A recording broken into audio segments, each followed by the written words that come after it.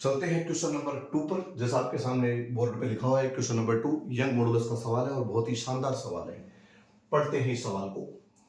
If the ratio of lengths, radius और Young modulus of steel and brass wire given in the figure are A, B and C respectively, then the corresponding ratio of increase in their lengths each. Hindi medium में और पढ़ लेते हैं। चित्र में दर्शाए गए स्टील तथा पीतल की तारों की लंबाई, त्रिज्या और यंग गुणांकों का अनुपात क्रमशः ए, बी व सी है, तो उनकी लंबाई में वृद्धि, विस्तार जिसको बोलते हैं इलोंगेशन का अनुपात होगा। ये आपके सामने एक डायग्राम दिया है। ये वायर स्टील का है और ये ब्रास का वायर है। यहाँ पर मास m है और यहाँ पर 2m है। ये आपके सामने 4 ऑप्शन दिए हैं। इस क्वेश्चन से अपन को जो हिंट मिल रहे हैं उनको लिख लेते हैं कि ये क्वेश्चन ऐसा बोल रहा है कि स्टील और ब्रास जो वायर है उसका लेंथ का जो रेशियो है वो है ए, जैसा दिया है ए। और फिर बोलता है कि रेडियस का जो रेशियो है तो मैं लिख दूं R S upon R B. ये किसके इक्वल है? स्मॉल बी के। और फिर क्या बोला? यंग मॉडुलस का रेशियो। ठीक है, स्टील और ब्रास का जो यंग मॉडुलस है उसका रेशियो कितना है? सी है।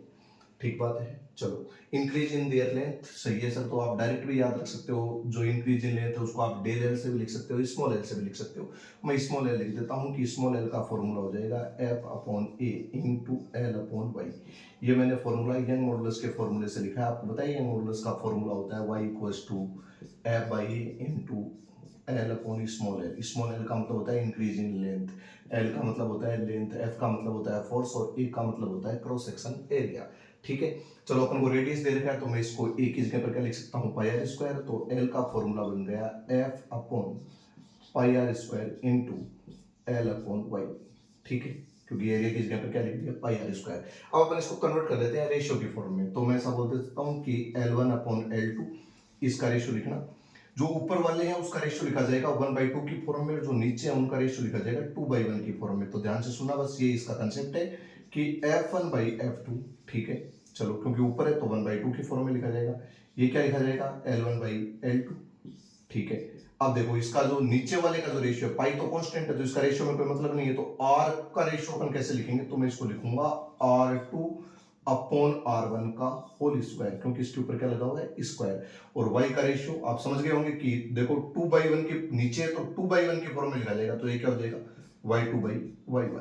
ठीक है, अब हमारा जो पहला वायर है वो क्या है? स्टील। तो 1 की जगह पर लिख देते हैं स्टील और दूसरे की जगह पर लिख देते हैं ब्रास। ठीक है, यहाँ पर क्या जाएगा? S, यहाँ पर क्या जाएगा? बी, यहाँ पर क्या जाएगा भाई? 1 क्या था? स्टील और 2 क्या था? ब्रास। 2 की जगह पर आ जाएगा बी और 1 की जगह पर आ जाएगा एस, 1 की जगह पर एस और 2 की जगह पर आ जाएगा बी। ठीक है, चलो, ये एफ एस क्या होता है? M G. अब देखो एम, स्टील पर एम, ये एम और ये 2m। तो देखो स्टील पर जो मास आएगा ना वो m प्लस 2m 3m हो जाएगा। तो ये लिखा जाएगा 3m इंटू जी। क्या लिखा जाएगा? 3m into ji.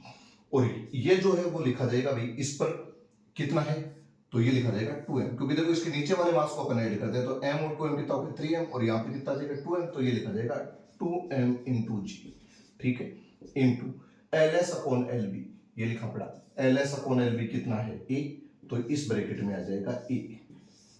Are B upon R S, देखो ये क्या है? R S upon R B है और ये क्या है? R B upon R S. तो ये बी है तो ये क्या हो जाएगा? 1/d का होल स्क्वायर। आगे चलते हैं, ये Y S upon Y B है और ये क्या है? Y B upon Y S है। तो उल्टा करके लिखा जाएगा। क्या लिखा जाएगा? 1/c, क्योंकि इसका इस पे तो स्क्वायर क्यों लगा है? क्योंकि इसका स्क्वायर हो रखा है। यहाँ पे तो कोई स्क्वायर है नहीं, तो क्या लिखा जाएगा? 1/c। भाई Y S upon Y B कितना है? c। तो Y B upon Y S कितना हो जाएगा? 1/c। ये mg से mg कैंसिल कर दो तो ये क्या आ जाएगा भाई? 3। और क्या बच जाएगा ऊपर? a। सही, 1 का स्क्वायर 1 होता है। ठीक है, कोई प्रॉब्लम नहीं। ये 2 आ जाएगा, ये तो शामिल कर लिया आपने। तो ये अपॉन में क्या जाएगा? b स्क्वायर इंटू सी। ऐसा कोई ऑप्शन है? बिल्कुल मैच करते हैं। 3a अपॉन 2b स्क्वायर सी, ऑप्शन नंबर बी राइट हो जाएगा। ओके जेंटलमैन, इसी पर आपसे एक क्वेश्चन करवा लेते हैं। यहाँ पर मैं कुछ चेंज कर रहा हूं कि इसको ऐसा लिख देता हूं, इसको लिख देता हूं ऐसा कि यहां पर लिख देता हूं लेंथ की जगह पर लिख देता हूं डायमीटर, फिर लेंथ। ठीक है, आगे मॉडुलस ऐसा कैसा? इसके इसको भी चेंज कर देते हैं, इसको लिख देते हैं P, इसको लिख देते हैं Q और इसको लिख देते हैं S। ठीक है, चलो इस यहाँ पर मास को भी चेंज कर देते हैं, इसको कर देते हैं 2m और इसको कर देते हैं 5m। कितना कर दिया? 2m और 5m। यहाँ पर भी चेंज कर देते हैं। किस किस को चेंज किया था? इसको अपन ने लिखा था व्यास, व्यासों, लंबाइयों और यंग गुणांकों का अनुपात p, q और s है ना। ठीक है, तो उनकी लंबाई में वृद्धि का अनुपात क्या होगा? यहाँ पर 2m और यहाँ पर कितने हैं? 5m। ठीक है, चलो इसके ऑप्शन भी लिख देते हैं। ऑप्शन नंबर 1 दे देते हैं आपको कि ऑप्शन नंबर ए कह रहा है 7q upon 5sp²।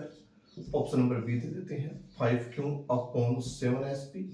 Option number C दे देते हैं 7q अपॉन 5s²p और डी ऑप्शन दे देते हैं आपको 5q अपॉन 7। इसको ऐसा देते हैं 7q अपॉन 5 SP। ठीक है, ओके।